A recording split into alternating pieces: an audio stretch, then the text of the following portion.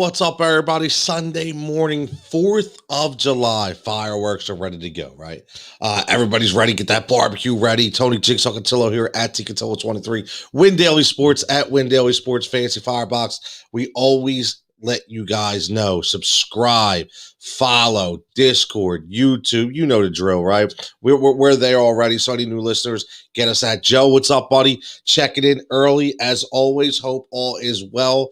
Yesterday, a lot of games on the slate. Didn't have a fantastic day, but that happens. It's okay. But today is the day I like to mix everything up, right? Today is going to be a predominantly football day, okay? So because I am so excited talking about fantasy football, but what I will do is, like I always do on Sundays, we're going to talk about some weekly risers, right? Some guys that we can look at for the following week that may start to give you back value. Last week, we did very well. One of the guys was Dylan Carlson, who had a decent week. One of the guys was Anthony Rendon, who had a decent week, right?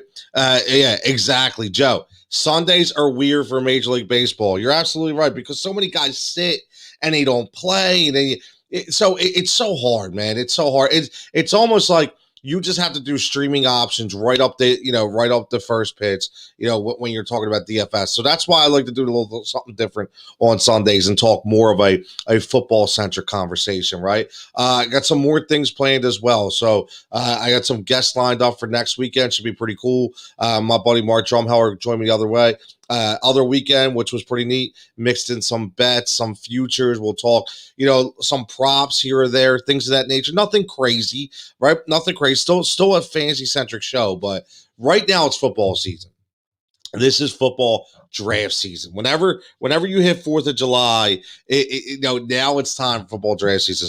So that's one thing that I want to, I want to bank on. But how about my boy Miggy? What? Miggy, he didn't hit a home run yesterday, right?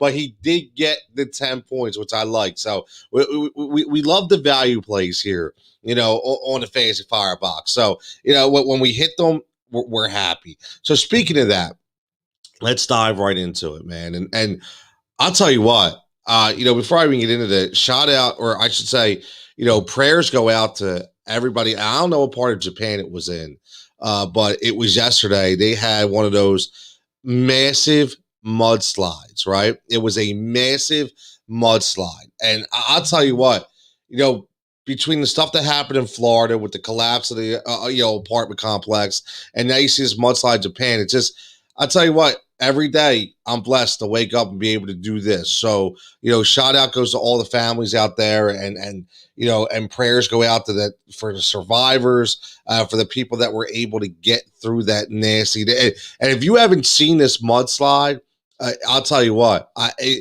two people, I've always said, you'll hear this on the show, two people I will always say that are undefeated in this world are Mother Nature and Father Time. And you can't beat Mother Nature, and you can't beat Father Time. When Father Time says your time's up, your time's up. When Mother Nature just starts to bring her wrath of destruction, guess what? It's over, right? And that mudslide yesterday in Japan was, unbelievable. Let's get to some baseball risers, okay? And this is what I like. So these are going to be the value risers that I'm looking at for next week. Okay, and they aren't necessarily for today. They aren't these flashy names, right? That you see, I got to get this. No, these are value risers. We're going to call them the Fantasy Firebox value risers. And what these guys are guys you can look at next week and start to throw them in your lineup here or there, starting to produce. Brandon Nimmo comes off from the Mets, 2 months off. 2 months off. Comes in, first game back, is productive, right? So he's going to be a very low money guy until he really starts to produce, which I think, that he will produce this week. And because of that, his number will start to go up. But he's going to be a value riser, but get him before that value rises. So get him in that $2,800 range, $3,000. He will be productive for you this week. Taylor Ward from the Los Angeles Angels, another kid who secretly has been very productive for an Angels team that, is missing Mike Trout, right? And looking for, obviously they have Ohtani, who's an absolute monster. Jarrett Walsh has been very, very good. Even Max Stassi, in the catcher position has been really good. But Taylor Ward's really starting to come on, man. I really like it. Otani, look at Dennis already got his 3-play. He's already got the 3-play. I like it. He's going Haniger from Seattle. He's going Rendon for the Angels and Otani. And how do you not go Otani, right? You have to get Otani in there. I agree, Dennis, 100%. We'll look real fast at today. Sundays are very weird. Let me see who I like, and then we'll swing on to some football talk. The other guy is Hal Ramirez. Hal Ramirez is another guy under $3,000, right? He's another guy that's under $3,000. That again, these are what are called value risers. Plays for Cleveland, obviously, and Cleveland's an up and down team. They have some injuries here or there. Ramirez missed a couple games, so you never know who's going to have to fill in. But Hal Ramirez under 3,000. Over the last 5 games has been very, very productive. He has 2 double-digit games and 2 multi-hit games within that span. So he's going to be a value riser for me this week. So, look at Hal Ramirez going forward this week. He's along the same kind of lines of Emanuel Reyes, same kind of player, does about the same kind of thing, right? So it's funny, though, when you say, when I didn't put H Ramirez specifically because that reminds me of Hanley Ramirez.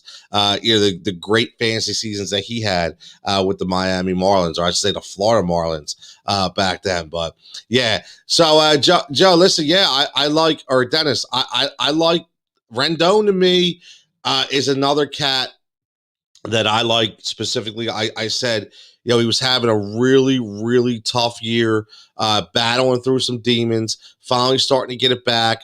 Last week he was one of my value risers. This week he's starting to come out, which I really like. I really like what he's been able to do, and I think he will continue. Listen, they paid him a lot of money, and right now with no Mike Trout gets transferred to the 60-day IL for the most part. Obviously, look, Trout's probably not going to play the rest of the year. I think we already know that, right? But they're the kind of guys in that lineup that are going to need him and Jarrett Walsh, because Otani is just smashing the cover off the ball. They're the 2 guys that they're going to have to look to produce. Rendon's going to have to produce for them 100%. And he's starting to do that. He is. And that's why I like him. Right? That's why I like him. Now, if you look at today, and we'll look at today real fast. I'm like I said, I didn't do any picks for today. Sundays are very strange or very weird. They can go in many different directions, right? But obviously when you go on DraftKings, you play, they have it breaking up between the early games, the late games, and you got to go through it all. But I'll tell you right now, guys I would obviously, I would attack. To be honest with you, is I would definitely attack Brad Keller.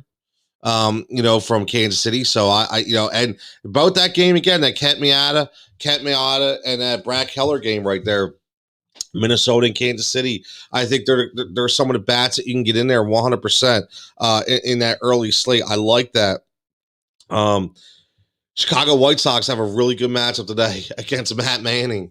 Matt Manning, I tell you right now, his ERA is 8.19. I think I could pitch to an 8.19 ERA.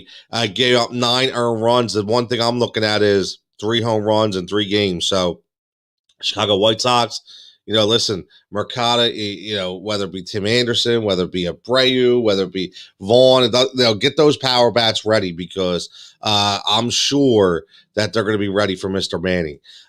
So I again, high score, absolutely, Dennis. High score. I mean, you look at it right away. And Detroit, and this is what I'm telling you, man. Like, Detroit has got some. They have got some unbelievable DFS talent on that team. I was touting them all year in the beginning, right? I was touting, obviously, with Scoop, with Scope or Shoop, whatever you want to call it, right? I call him Shoop because I'm a hip hop guy, and I remember, back in the day with Salt and Pepper talking about Shoop. All we want to do is Shoop, right? So I'm going to call him Shoop because I like the way that name flows. But Shoop was a $2,500 player, and now he's a $5,100 to $5,500 player on Detroit, right? We watch guys like Robbie Grossman, who has some really good games here and there. We watch catcher Jake Rogers, who's Eric Haas. Eric Haas was another FFVP for us at the $2,500 position. And now he's 35 to 4,000 and he's getting double-digit games in nauseum. Miguel Cabrera, if you get him in the right spot, under 3,000 can get you a really good day, right? So these are the kind of players, Daz Cameron, the heir apparent Cameron Jr., okay, if you get them in the right play, can do some damage. Nomar Mazara, the same kind of deal. So if you can get these, Detroit is like the ultimate DFS value play team. If you get the right guy in the right matchup for the right value, telling you, man, it's going to cash that ticket every week. And that's what I like about it. I absolutely like about it. Giolito gives absolutely. Yes, he does, Dennis. 100%. I had shoot. You know what's funny? 27, Joe. 27. All right. Grew on me. All right. Shoot. It was another guy. Right. Adabu is another one. Yes. He's inconsistent, but if you though, he's cheap, Joe, right? And we talk about that. He's cheap, but then when he can get the right matchup, he's good. And it's funny you mentioned Shoot because nobody knew about Shoot, right? And it's funny. You got to look at, and I'll tell you, I have a basis between why I picked these guys. And in the preseason, I was all in on Shoot. You know why? Because I liked what he did in Baltimore. So I looked at his stats from Baltimore, and I knew that he would be used in a more predominant role in Detroit. He would be given more of a chance because he'd have a little more protection in the lineup. Even though they're not a great team, he'd have a little more protection in the lineup than he did last year, the year before in Baltimore. So that's what I put the basis on. He's been a monster. He's been a monster. You're right.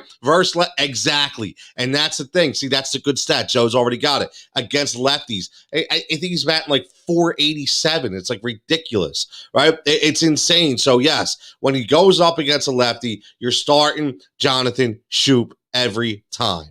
But again, who would have thought that Shoop would be a $5,000 to $5,500 player? That's what's crazy to me. And that's what I like. I like seeing these guys that we never thought were going to get up to that level. They get their FFVP status, and I think we make them superstars on this show. I do. I think we make them superstars on this show because what they do is all of a sudden we put them into FFVP, and they produce. Next thing you know, their numbers through the roof, and everybody's got out as a daily starter. Hey, man, I like how we can discover these guys, man. 100%. I really do. Ohtani, great matchup today against Eshelman. Obviously, enough said right there. Honestly, Ohtani, I think you would start against anybody right now, to be honest with you. I don't think there's another guy who, has given. I'll tell you what, I'm going to say this. And people probably ain't gonna like it, but because I'm a Barry Bonds guy, but I haven't seen a swing and a consistent power surge like this since Barry Bonds. You can say steroids all you want, but this guy's automatic right now. He literally is automatic, and they're not trying to pitch, so they're trying to pitch around him. It doesn't matter, they're trying to pitch around. They're overthinking, they're making mistakes. He's making them pay. So Shohei Ohtani right now is giving us a show. And I'll tell you what, without Shohei Ohtani, I don't know if Major League Baseball would even be out from deep in the water that they've sunk in over the past couple of years. So shout out to Shohei Ohtani for actually giving us something to watch because he's must-see TV, right? He's must-see TV. Things stop when Shohei Ohtani comes up to the plate. But, yeah, listen, Sunday is very weird. Like we said, so we don't go over much when it comes to the Major League Baseball realm. But again, as we're doing this show, bring it in, just like Dennis did. He showed me who we start with Rendon and Ohtani and Haniger, like things of that nature. I like Haniger. I do. Haniger was a nice play last year that people were forgetting about, right? Don't forget about my man, Jake Fraley. Jake Fraley has been so good over the past couple of weeks. Another former FFVP. Nobody even knew he existed, Jake Fraley. So Mitch Haniger today, last couple games, not too good, but he's got a really good pitching matchup, right? So, Dennis, I like that. I do. I like that. Fontenowitz, I'm not listen, he kills me because whenever I think I'm going to put the stack up against him, he decides to pitch a good game. But he can be hit around, obviously. You're just looking at his overall numbers. The crazy thing is giving up 7 home runs in the last 5 games. Okay, 7 home runs in the last 5 games. So if you're looking at a Seattle stack, today could be the day. Don't discount J.P. Crawford, who's having an unbelievable 2-3 week run, consistent score, under 4,000. Let's see what he is today. 3,700. I really like J.P. Crawford. I started him yesterday. I would start him again today. Really, really, really, really good young player. He's not exactly young, but he's young in the sense that he's finally starting to break out. So let's look at, since Des brought it up in those 3 games. Hey, I'm going to give you, you never know. You look at some of these values. Anthony Rendon, he's almost up to $5,000 now. Right. We talked about him being a riser for this week, and he did exactly that. He's starting to click. I like the 3 double-digit games out of the past 5. Very, very intriguing to start. I think, that is a good play today when we're just looking at these late games. And then you're just looking at the Baltimore-LA game, the Boston-Oakland game, and the Texas-Seattle game. Now, again, we look at another guy who's coming off, Tony Kemp, who we started the other day, FFVP, starting to come. But don't sleep on Dylan Moore today, okay? Don't sleep on Dylan Moore, okay? And I know, here's the thing about Dylan Moore. Bat 185, really not very good at all. But Dylan Moore for 3,000, and I know he's had 4 zeros out of the past 5. But Dylan Moore, he gives you those firework kind of games, right? All of a sudden 20, 30, right? Today, I think, is one of those firework games. I do. I think Dylan Moore goes off today for the Seattle Mariners. So keep an eye on Dylan Moore, as a sleeper, so to speak, right? Keep an eye on Dylan Moore. He does. Listen, Dennis, you're right. That's what I say. He gave up 6 home runs in 5 games, right? But I started on one time, and he screwed me, man. I'll tell you, I started on one time, and he pitched like the game of his life, which was ridiculous. Absolutely ridiculous. So let's do this. I gave you the early risers. That's what I'm looking at for next week. Taylor Ward, Brady Nemo, Hal Ramirez. We talked about a little bit about today. But again, Major League Baseball is weird. Not throwing a lot of picks out there, but obviously look at a guy like Dylan Moore, things of that nature. Props to Jigsaw for the salt and pepper reference. Shoot, makes you want to shoot, man. You don't want to shoot on a Sunday morning? I mean, come on. Salt and pepper. Go watch the movie, the documentary. If you haven't seen it, go watch that documentary. It was fantastic. I actually did some press for it, which is pretty cool because if you guys don't know, I am a publicist and run my own PR company. So I did some press for the Wendy Williams documentary and the Salt and Pepper documentary. Fantastic people to interview, things of that nature. Fantastic documentary. What a man. Well, I don't know, say that kind of song. I think I'm more like a push it kind of guy. I think you're kind of like the what a man kind of guy, but I could be wrong. But we need, yes, listen, I'll tell you what, that is spot on. I would absolutely. So here's the funny thing with this, say. So I took a month off from the Heat Ratio live show that we do on Tuesday nights, and it's a little local centric, but we also cover culture and things of that nature. And it's coming back on Monday or on Tuesday. Coming back tomorrow. Not today is Sunday. Jesus, I'm a day ahead, but coming back on Tuesday, and I'm adding more. I'm adding more music into the fray. And we talked about doing a hip-hop fantasy draft, which would be unbelievable because, it's not just listing MCs, right? It's not just listing rappers or groups. It encapsulates everything. So I'm telling you, when we do that, I'm going to pull you out of the bullpen. I'm going to take you away from the Win Daily side just for a night, bring you on to the heat ratio side and get you in this fantasy draft for hip hop, hip hop old school, because I'm in. It's got to be 2000s and below. No 2000s, man. It's got to be, late 80s, early 90s, maybe like a late 90s, but no 2000s, because that's the wheelhouse right there. That's the wheelhouse right there. So yes, Dan says shoot, baby, shoot, right? I mean, listen, man, if you can't get down with those salt and pepper, man, you got a problem, because my girl Salt and Pepper, they were on. Listen, they have paved the way. And what I will say is this. Let me say this before I move on to football.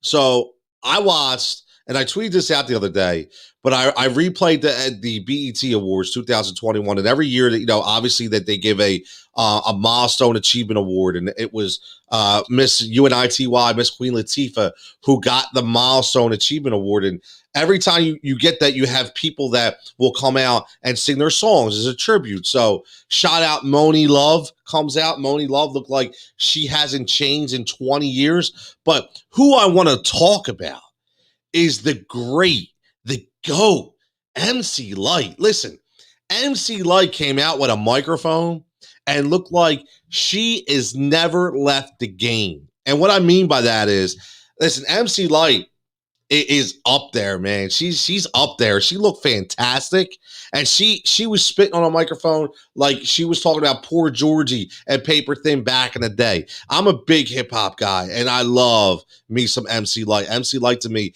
is the absolute GOAT with her authentic voice and her authentic style. It is not to be duplicated, okay? And then unfortunately, we had to watch Lil' Kim. And I love Lil' Kim. Lil' Kim has always been one of the GOATs to me, but she just looks really bad, man. A lot of plastic surgery. I know she had some issues. But shout out to all the female rappers out there, because I'll tell you what, when you talk about female rap does not get enough love, in my opinion. So yeah, see, we are definitely going to do that. Old school hip hop night. Old school hip hop draft. I can't wait. Let's do it. Let's roll. And let's talk about some NFL. So here's what I want to do.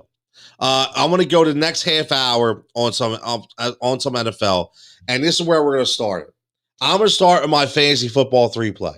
Now, every year, what I like to do, because I've been talking fantasy for 20 years, I like to do a fantasy football 3 play. And what that is no disrespect to the tight end, but these are the 3 guys that I'm looking at that are going to be number 1 in my book, okay? And that's number 1 in each respective position. So for me this year right now, as I do my preseason projections, I'm looking at Josh Allen as my drop-down number 1 fantasy football quarterback, Dalvin Cook as my number 1 fantasy running back, and Calvin Ridley as my number 1 receiver. Now, I've been getting a lot of flack all week about the Calvin Ridley, but again, just look inside the numbers, right? When we do this kind of thing, and I say this all the time, you what you have to do is you have to bear with me here and understand what basically the way I do my projections. Okay, now last year, I very well thought that Dalvin Cook was going to be the top guy. All right, I did, and a lot of that came into play with the style of offense that the Minnesota Vikings were going to run. Right, a lot of that came into play that who is behind Dalvin Cook to grab touches, who is in competition for carries. Right, Kirk Cousins, a statue as a quarterback. You have to run the ball with Kirk Cousins because he's not going to be able to take 5-step drops and withstand the punishment because he can't move. Right, so a lot of things went into that scenario. Now, a lot of people are going to tell me, it's Derrick Henry, because a lot of people are expecting a huge Derrick Henry year, right? Which rightfully so. I get it. I understand why. It's Christian McCaffrey. Is he bad? Here's what I'll say about Christian McCaffrey. I love C-Mac. I do. But for any coach, and I love Matt Rule. Matt Rule's a Philly guy, Temple made, right? I love Matt Rule. I think he is the best young coach in the NFL. I do. Matt Rule is going to continue to prove the skeptics wrong that you can't come from a small school and coach in the NFL, because that's what he's been able to do. But for him to tell me that the workload for Christian McCaffrey will not change, I think he's kidding himself. He's kidding himself. Now, they don't have a lot of people behind them, right? It's not like there is no more Mike Davis, who is now in Atlanta. So you don't have that competition for carry, so to speak. But my thing is, whether you're talking about Hubbard, whether you're talking about Bonifant, all those guys, somebody's going to get some carries. It's just going to happen because they are not going to want Christian McCaffrey to get injured again. Now, will he get the 100-plus targets? Yes, he will. But if you're looking at all of a sudden he's going to break in 2019 and be that Christian McCaffrey in 2021, I think you're mistaken. I think you need to look at 2018 more, okay, where he had 219 attempts instead of 287. I think you have to look at the Christian McCaffrey more of 2018, where he had 124 targets instead of 142, right? He had 107 catches at 116. Like, I don't even think he gets 100 catches this year. I think he's more like a 90 to 93 kind of base for me. So I think that opening, to me, that opening is what I needed to put Dalvin Cook in the top spot. So for me, for my money, I like Dalvin Cook as my number one running back this year. I'm going to continue to tell Dalvin Cook as my number one running back. I'll put Christian McCaffrey as number 2. I will. And I'm going to put Kamara as my number 3. And then I'll give you Derrick Henry, right? Derrick Henry. Now, yesterday we talked about Joe Mixon flying up the boards, right? I still don't get it. I'm fading Joe Mixon. I'm not all in on Joe Mixon. I continue to say that. I'm all in on guys like Jonathan Taylor and Cam Akers, Antonio Gibson, which will bring us to the Washington football team in a minute. But that's who I'm looking at right there as my top 3 overall. Okay, that's my top 3 overall. Josh Allen, to me, is undoubtedly the number 1 quarterback. What they did in Buffalo, for Josh Allen speaks volumes last year when bringing in a guy like Stephon Diggs, right? And bringing in a guy like Cole Beasley. Now, they did the John Brown experiment last year, and it worked out, for the most part when he wasn't injured. But now John Brown's no longer here. So now you insert a guy who I loved in DFS, who I started a lot of weeks in Gabrielle Davis. And Gabrielle Davis, nice big receiver, can go up and get the ball, can run nice routes. So you have him, and then they bring in a veteran in Emanuel Sanders on a 1-year deal, who I think that's a brilliant move. A team that has Super Bowl aspirations, you bring in a veteran who's been there, who's been in the league, who knows, who can teach these young receivers, aside from Stephon Diggs, you need some side receivers and guys like Gabrielle Davis and Isaiah McKenzie. Isaiah McKenzie, a very, very nice receiver who could do a lot, who I think will be inserted more into the role this year, right? So I think that's one of the things you need to look at. And they still have the formidable running game that will go back and forth, not for fantasy purposes, because Devin Singletary and Zach Moss split so much, you never know game to game, right? But it's a presence, right? It's a presence.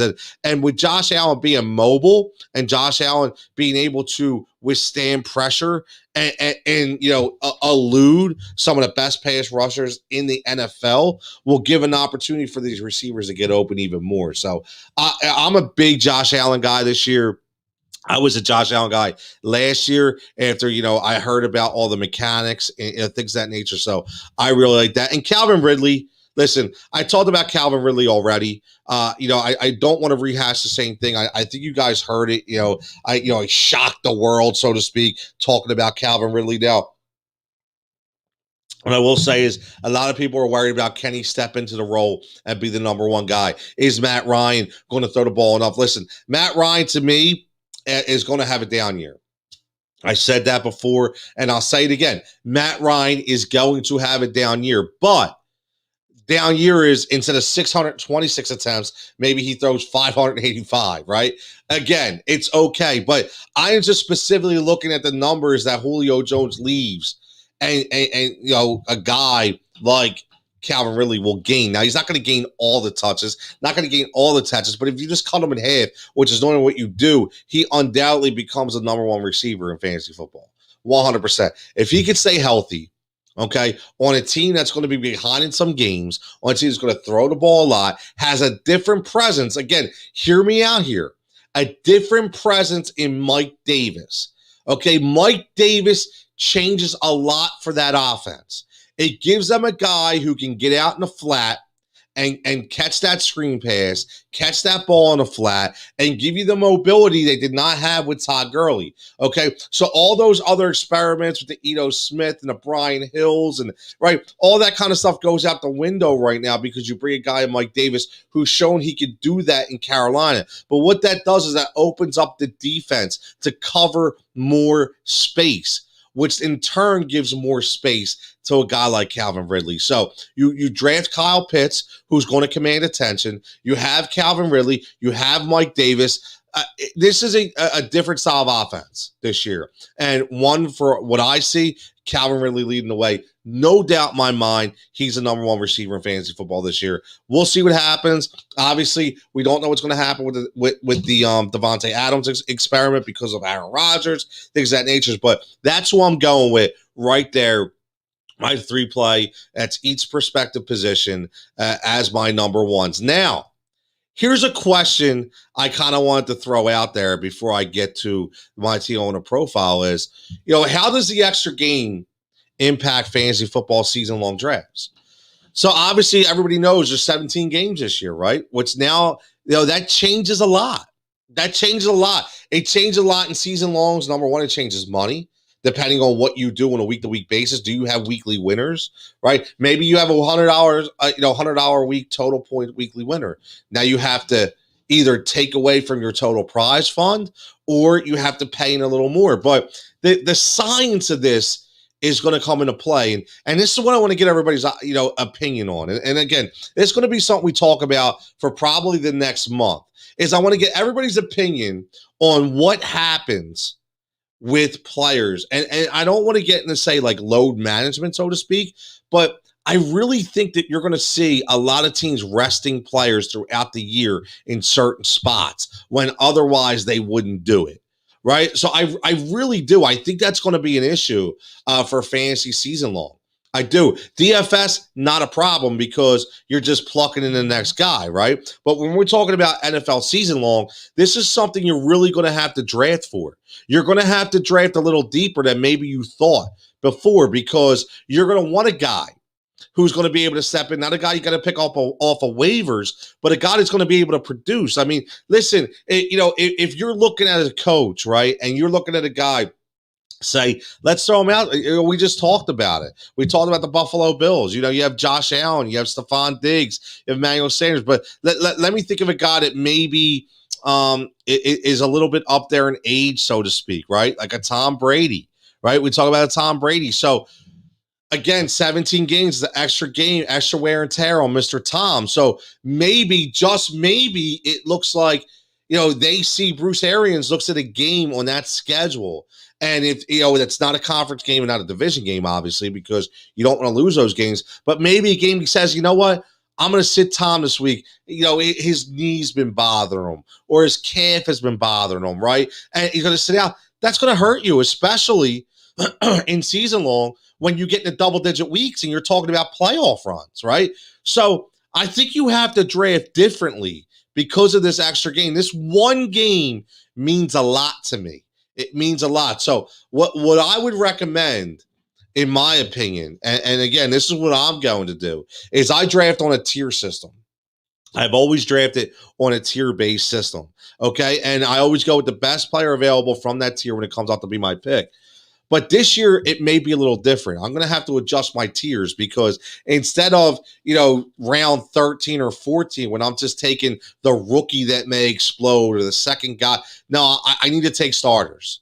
I need to take starters, even if I'm sitting them on the bench. And obviously, they're not going to be number one wide receiver starters, but, wide receiver too. I think you're going to have to take, listen, I'm a big guy that says I don't draft another quarterback in season long. I don't really draft a backup. I just say I'm going to pluck them up on waivers. That can't happen this year. I have to draft another quarterback now for this extra game because I'm not sure, if it's week, here's what you have to look at. If it's week 15, right? If it's week 12, all right? Because usually most leagues, 13 weeks, playoffs, 14, 15, 16, and then obviously you're done, right? So now it's going to be week 14 weeks, playoffs 14, 15, 16, right?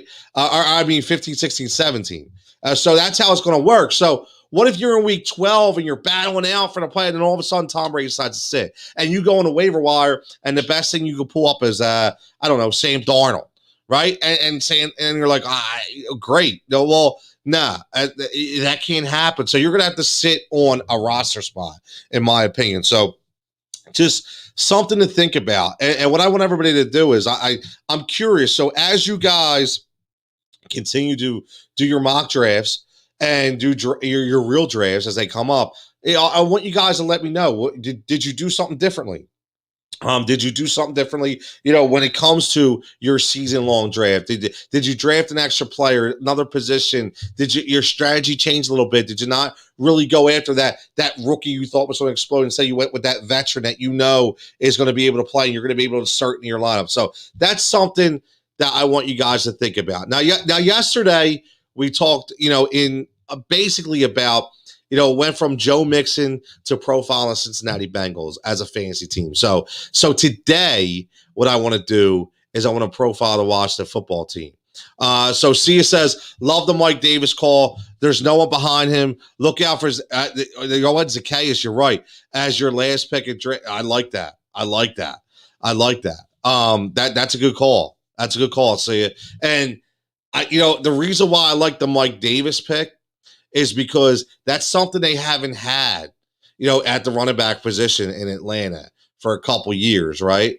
They just haven't had it in a couple years. So, even Devonta Freeman was that guy, but Devonta Freeman, after that first couple year explosion, got hurt, was really never the same. Tevin Coleman wasn't that guy, right? So they tried so many different scenarios, and we all know that Todd Gurley wasn't that guy, but Mike Davis is just what that offense needs for a stationary quarterback like a Matt Ryan. But Zacchaeus is I like that.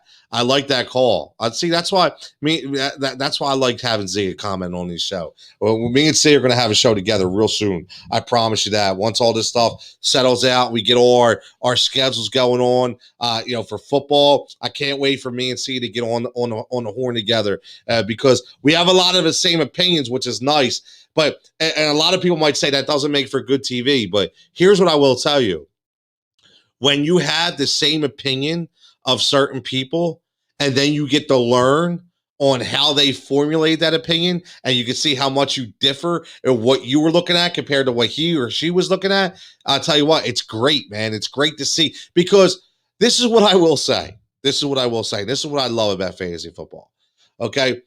All the stats don't change. Okay. So a lot of people out there are like, I called that. Listen, the stats don't change.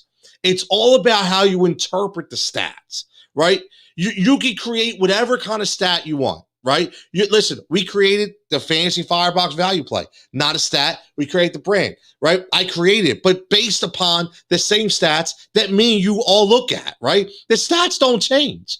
It's all about how you formulate those stats, how you interpret it, or how you interpret those stats. That's all it is. So that's what I like to understand. I love to see how people's minds work and the stat interpretation that they give you from week to week and why they use what they use. I listen. I love it. I think it's ingenious.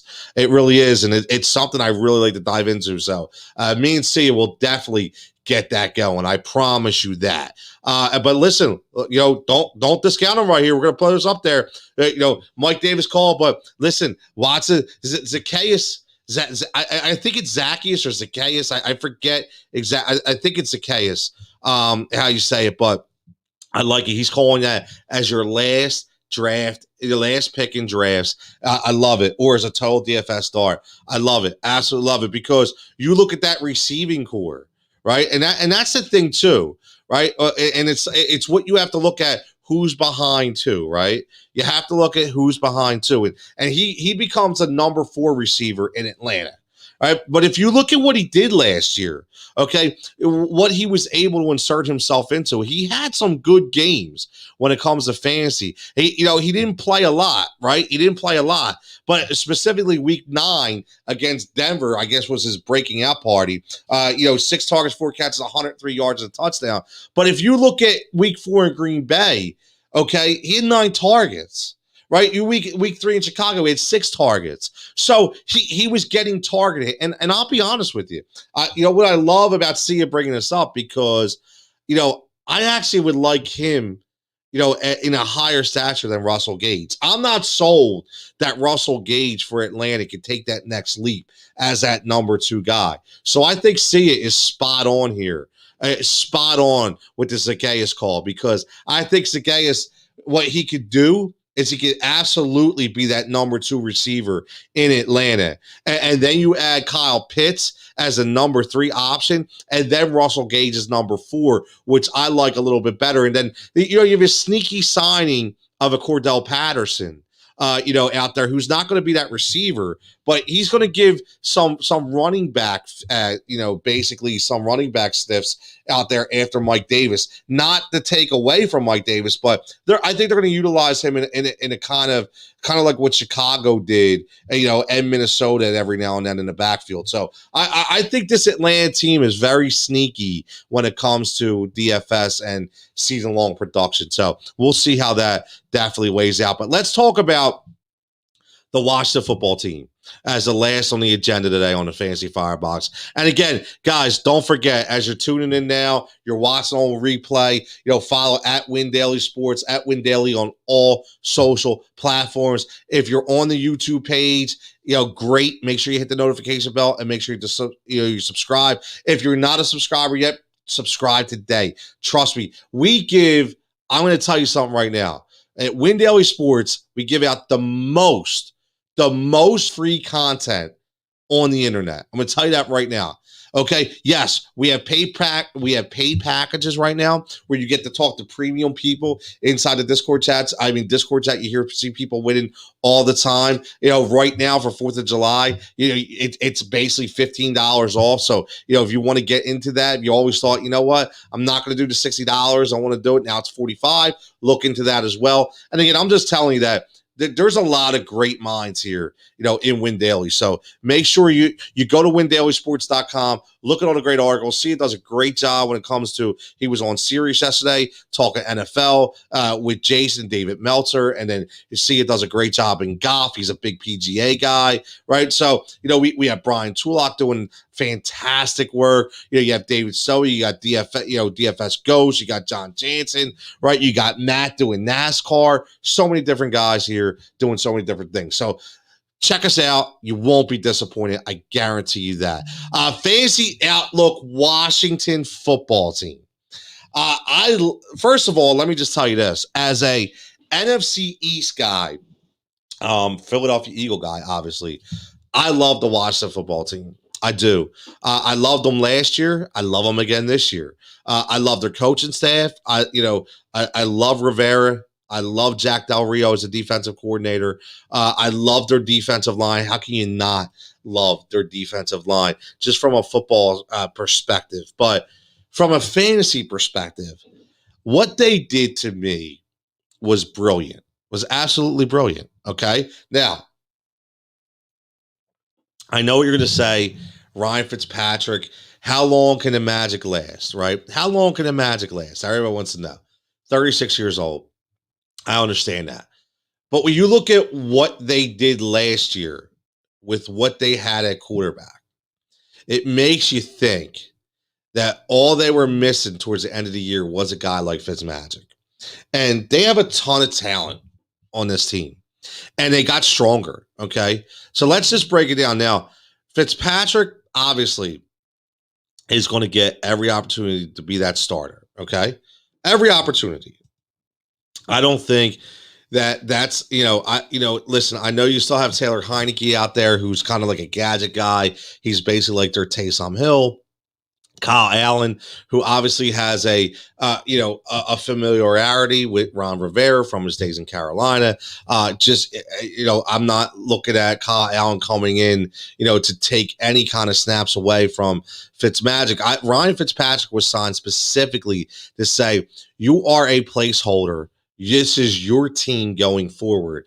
We have everything you need around you. We just need you to be you. Now, I was asked the other day, we were on, I forget what show I was on, and I think it was on the Line Change with John Jansen on Fox Sports again, but shout out Fox PHL Gambler. Shout out Heat Ratio Sports. But I was talked about, are you concerned about turnovers with Ryan Fitzpatrick?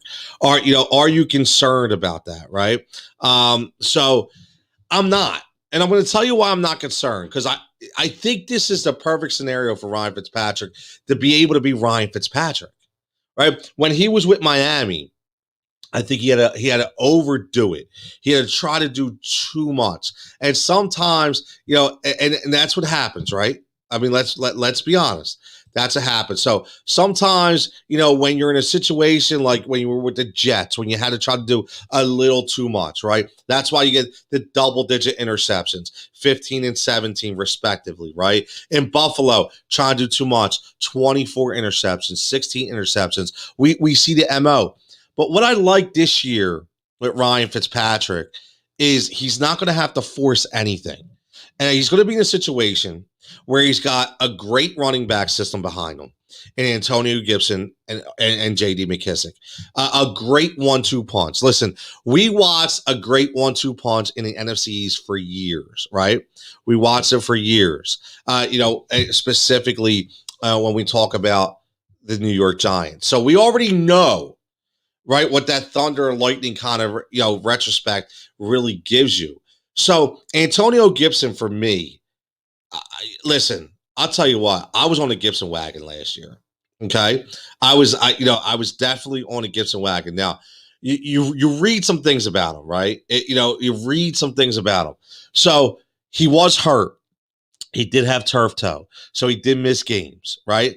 So it took him a little while to get acclimated. Now he didn't see more than double-digit carries. What I mean by double-digit carries is 10 plus. So he didn't see more than 13 carries in the game until week 7.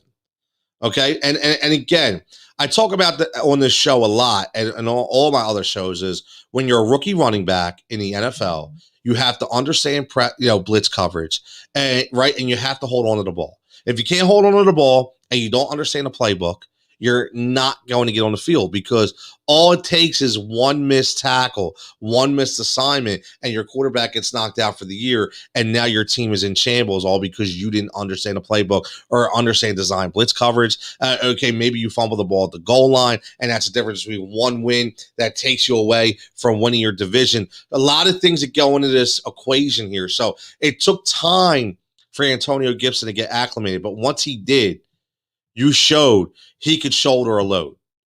Listen, the one thing that everybody didn't realize is he's a pass catching back as well, right? He's a pass catching back as well. So, and there's a lot of talk in the offseason, if you read between the lines and watch the football team, is they want to expand. 36 catches last year. Okay, McKissick had a ton, 80 catches. Okay, they called him Captain Checkdown for a reason. He was their version of a Kevin Folk, right? That's the great third down back for the New England Patriots for many years. He was that version.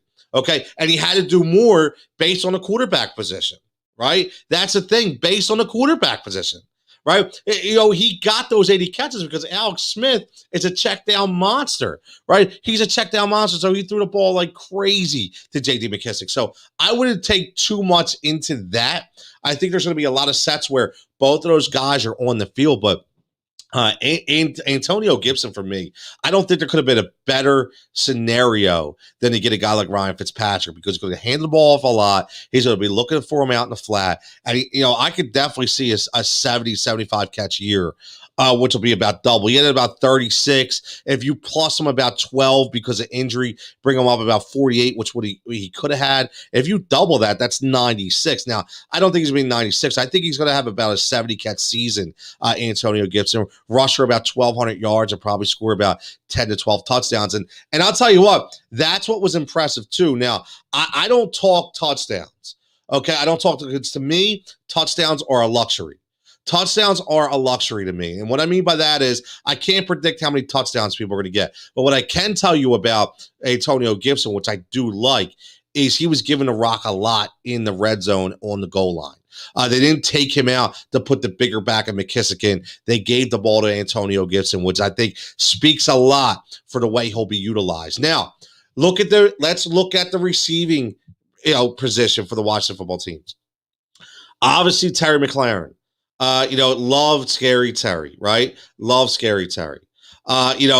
Listen, huge year as far as targets. Okay, a huge year as far as targets. That's one of the things that I think is the best stat that you can look at for McLaren, because everything else was down in the sense that his average per catch was down by almost 4 points. He only had half of the touchdowns he usually has, but for a Washington football team, just with the quarterback situation, was really tough, right? So a lot of people are saying sophomore slump. Listen, when you're targeted 134 times, it's not a sophomore slump. That means you are getting open. I just don't think they had the right quarterback last year. I think we all know that. And I think that, he was seeing a lot of press coverage because, when all you have is a guy like Cam Sims to take the load off of you, it's really hard to not get double teamed or at least get that safety coverage over the top. So there was not a lot of respect out there for anybody else on the Washington football team, which I think in tune kind of hurt Terry McLaren. So I expect big year for Terry McLaren this year, specifically because of a guy who I think is one of the most underrated receivers in fantasy football this year. I talked about him a couple months ago. For those who don't listen, for those who don't know, okay, I do a vignette every single day around 3:50. It goes on Fox Sports Gamer, played on the radio. And what I do is I profile players, okay, whether it be baseball, basketball, football. I profiled Curtis Samuel a while ago. And the reason why I profiled Curtis Samuel is because he had a career year last year in Carolina. Career year, okay? He did, right? He had 97 targets, which is about 8 less than he had the year before, but he turned them targets into 77 catches, right? So that means only 20 targets, right?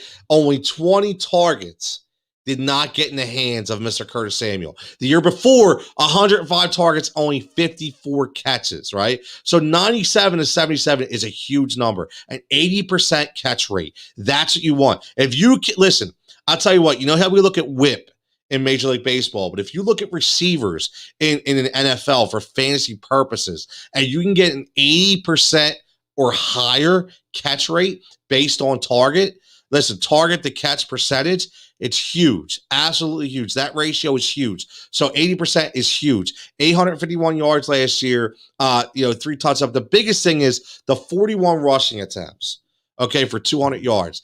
That's what you need to look at. And that's what I'm excited about. So he signs a nice deal with the Washington football team. And a lot of people were like, wow, I'm really surprised, this and that. But, he reunites with the guy who drafted him, right? And Ron Rivera, right? And again, his former offensive coordinator, Scott Turner, right? The funny thing is, though, and it's crazy, but, he had his best season under Matt Rule, not under Scott Turner. But I think now that you see the film, and I think now that they understand maybe the mistakes they had in utilizing him, I'll tell you what, he's going to see 100 targets this year easily in this system. I mean, you're talking about 100 targets for Curtis Samuel. Right now is being ranked. I'll tell you what, his ADP right now is around 10. Talking about the 49th ranked receiver, I think that number got to be cut in half. Curtis Samuel this year is going to be a top 25 wide receiver in fantasy. I'm telling you that right now. Okay, he's going to get 100 targets, and if he can keep that 80% catch ratio, and if he gets 100 targets, that's 80 catches, he's going to get 1,000 yards. 80 catches, 1,000 yards, and then if he can get 30 to 40 rushing attempts for 200 yards, that's number one wide receiver territory. I'm just saying, okay, that's not lofty goals here. He had 851 last year in Carolina. What? So you mean to tell me he can't get a plus 150 to get to 1,000? Absolutely he can. A plus 3 in receptions to get to 80? Absolutely he can. Okay, he's gonna be a 200-point receiver, I think, this year. Okay, and that's a big deal. Okay, that's a big deal because you again, when you look at these rankings, these preseason rankings, and when you do your own, okay, and you look at 200-point receivers, okay, I'll tell you what. I mean, look, Juju Smith-Schuster, DJ Moore, Chris Godwin, Odell Beckham Jr., Robert Woods, Allen Robertson. Listen, they're there. They're there. And you mean to tell me that you have Curtis Samuel all the way down at 49? Something's wrong. Something's wrong. And I'm telling you right now that who's ever doing this at a national level is sadly mistaken. Okay? Sadly mistaken. I'm calling it out now. Curtis Samuel will undoubtedly be a top 25 wide receiver in fantasy. 100%. My man Rich checking with that question. Rich, listen, I look at certain things and it makes me crazy. It makes me nuts because I'm like, what are you looking at? Explain to me what you're looking at with this scenario. And that's what I don't understand, because no disrespect against Teddy Bridgewater, but you see what the kid did in Carolina last year, and he's going to come in a system where now he has a legitimate receiver, okay, in Terry McLaurin to take the pressure off a little bit more. He's going to be utilized all over the field, and we haven't even mentioned Logan Thomas, who really came on last year as a tight end, okay, who's very talented. Right, who's very talented. There is a lot of weapons on the Washington team, but to sit there and see that number 49 ranking for Curtis Samuel is complete disrespect. And I'm calling it right now, top 25, 1,000-yard receiver, 80 catches, 6 touchdowns. Book it right now. Take that to Vegas, baby. It's going to happen. My man Stoey checking in. So, listen, man, gotta talk NFL, man. It's Sunday. It's NFL 4th of July. The fireworks are starting, man. I love it. I've been so excited over the past 2 weeks talking fantasy football. It's obviously my passion. Everybody's passion. Listen, we love Major League Baseball. We love DFS. When it comes to NBA to MLB, but there's nothing like football. Nothing like football, right? There's absolutely nothing like it. It really, it's time, man. This is draft time. And again, I'm looking at these values. I'm looking at what people do, and it's crazy. Rich, yeah, you had Samuel. Yep, me too. I took Samuel. I had him, and I was like, you know what? He was very productive. All right, he was very productive, and then I don't understand, because I look at guys on the list, and this is what I always do, and this is what I was talking to you guys about yesterday when we were talking about Joe Mixon, and I'm like, I look at the guys that they have ranked above, and I say, who would I rather have, right? So I look at these guys that they're ranking above, like Jerry Jeudy. No disrespect to Jerry Jeudy, I'm taking Curtis Samuel. Hollywood Brown, Curtis Samuel. Tyrell Williams, Curtis Samuel. Brashard Perryman, are you kidding? Listen, now here's an intriguing one. Laviska Shenault, who I really like, but he's not going to get 100 catches.